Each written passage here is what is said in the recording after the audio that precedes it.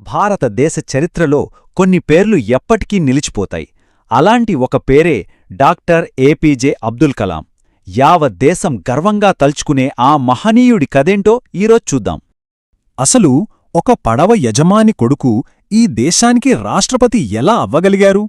ఒక చిన్న ద్వీపపట్టణంలో పుట్టిన ఒక సాధారణ బాలుడు 100 కోట్ల మందికి పైగా ప్రజలకు నాయకుడిగా ఎలా ఎదిగారు? నిజంగా అద్భుతం కదా? పదండి ఈ ప్రయాణం ఎలా సాగిందో చూద్దాం. మనలో చాలామందికి ఆయన రాష్ట్రపతిగానే తెలుసు.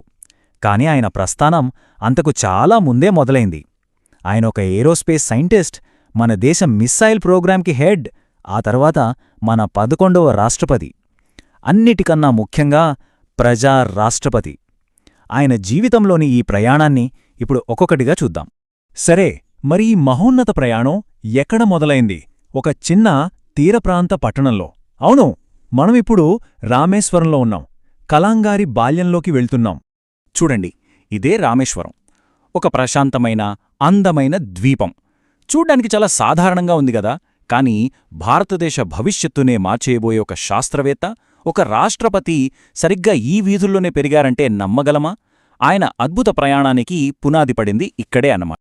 ఇదిగోండి, ఇది ఆయన కుటుంబం. చూడండి ఎంత నిరాడంబరంగా ఉందో.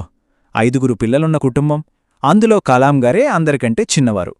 ఈ సింప్లిసిటీ, ఈ నిరాడంబరమైన నేపథ్యమే ఆయన వ్యక్తిత్వాన్ని అంత బలంగా తీర్చిదిద్దింది. ఇంకొంచెం వివరంగా చూస్తే వాళ్ల నాన్నగారి పేరు జైనుల్ ఆబ్దీన్. ఆయన ఒక పడవ యజమాని, అలాగే స్థానిక ఇమాం కూడా. అమ్మగారి పేరు ఆషియమ్మ, ఒక సాధారణ గృహిణి. 1931 అక్టోబర్ 15న పుట్టిన ఆయనకు వారసత్వంగా ఏమీ రాలేదు. అంతా ఆ పట్టుదలతో, కష్టంతో ఆయనే నిర్మించుకున్న మార్గం. సరే, ఇంతకీ రామేశ్వరంలో పుట్టిన ఈ బాలుడు గొప్ప శాస్త్రవేత్తగా ఎలా మారాడో ఆ కథేంటో చూద్దాం. ఆయన జీవితంలో తర్వాత చాప్టర్ మొత్తం జ్ఞానం కోసం చేసిన అన్వేషణే. ఆయన చదువుని గమనిస్తే ఒక ప్యాటర్న్ కనిపిస్తుంది. ష్వార్జ్ హయ్యర్ సెకండరీ స్కూల్లో చదువుకున్నారు. తర్వాత 1954లో సెయింట్ జోసెఫ్ కాలేజ్ నుండి ఫిజిక్స్లో గ్రాడ్యుయేట్ అయ్యారు. కాని ఆయన దృష్టి మాత్రం ఎప్పుడూ ఆకాశం వైపే. అందుకే 1955లో మద్రాసు వచ్చి ఏరోస్పేస్ ఇంజనీరింగ్ చదవాలని నిర్ణయించుకున్నారు. ఆ ఒక్క అడుగే ఆయన భవిష్యత్తునే కాదు, మన దేశ భవిష్యత్తును కూడా మార్చేసింది. ఓకే, ఇప్పుడు మనం ఆయన కెరీర్లో చాలా కీలకమైన ఘట్టానికొచ్చాం. ఇదొక రకంగా చెప్పాలంటే ఆయనకు అసలైన అగ్నిపరీక్ష. ఎన్నో సవాళ్లు, అపజయాలు, కాని చివరికి చరిత్రాత్మక విజయాలు. ఆ కథేంటో చూద్దాం.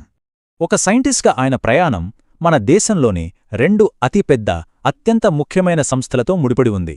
అవే డిఆర్డీఓ ఇంకా ఇస్రో. మన దేశ సైన్స్ అండ్ టెక్నాలజీకి పునాదులు వేసింది ఇక్కడే అని చెప్పొచ్చు. అప్పటివాళ్ల ముందున్న లక్ష్యం చాలా చాలా పెద్దది. ఏంటంటే భారతదేశపు మొట్టమొదటి శాటిలైట్ లాంచ్ వెహికల్ అంటే SLV-3ని ప్రయోగించటం. మాటల్లో చెప్పడం తేలికే కాని ఇది చాలా పెద్ద సవాల్. దేశం మొత్తం వాళ్లవైపే చూస్తోంది. కానీ మొదటి ప్రయత్నం ఫెయిల్ అయ్యింది. అవును, ఫెయిల్యూర్.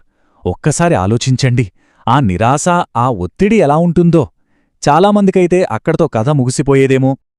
కానీ కలాం గారు వేరు. ఆయనకు ఫెయిల్యూర్ అంటే అంతం కాదు, అదొక పాఠం. విజయానికి వేసే మెట్లలో ఇదొక మెట్టు అంతే. ఆ వైఫల్యం నుంచే ఆయన చాలా నేర్చుకున్నారు. ఆ పట్టుదలకు ఫలితం దక్కింది. 2వ ప్రయత్నంలో SLV-3 విజయవంతంగా నింగిలోకి దూసుకెళ్ళింది. ఆ ఒక్క సక్సెస్తో మన దేశం ప్రపంచంలోని కొద్ది దేశాలు మాత్రమే ఉన్న ఎక్స్క్లూజివ్ స్పేస్ క్లబ్లో చేరిపోయింది. చూశారా, ఒక వైఫల్యం నుంచే ఎంత పెద్ద విజయం పుట్టిందో. అయితే SLV-3 అనేది జస్ట్ ఒక బిగినింగ్ మాత్రమే.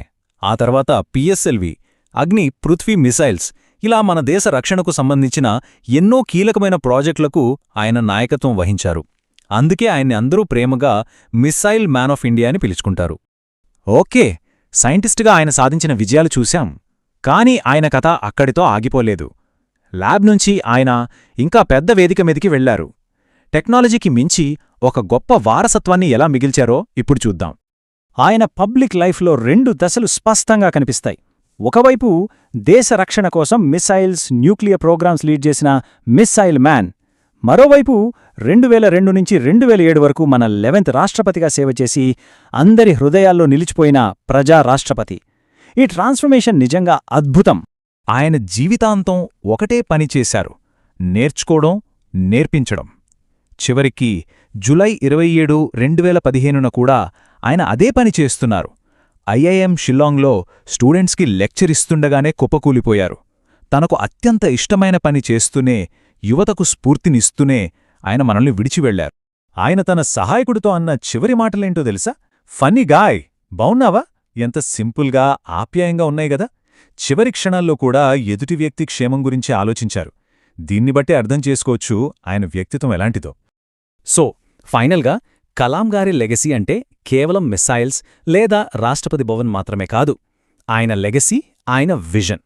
మన దేశం అభివృద్ధి చెందాలి, ప్రపంచంలోనే ఉన్నత స్థానానికి చేరాలి అని ఎప్పుడూ తప్పించే ఒక గొప్ప దార్శనికుడు ఆయన. డాక్టర్ కలాం జీవితం చూశాక మన ముందొక ప్రశ్న మిగులుతుంది. అసలు ఒక గొప్ప విజన్ని రియాలిటీగా మార్చాలంటే ఏం కావాలి? ఈ ప్రశ్నకు బహుశా ఆయన జీవితమే ఒక అద్భుతమైన సమాధానం కావచ్చు. దీని గురించి ఆలోచించండి.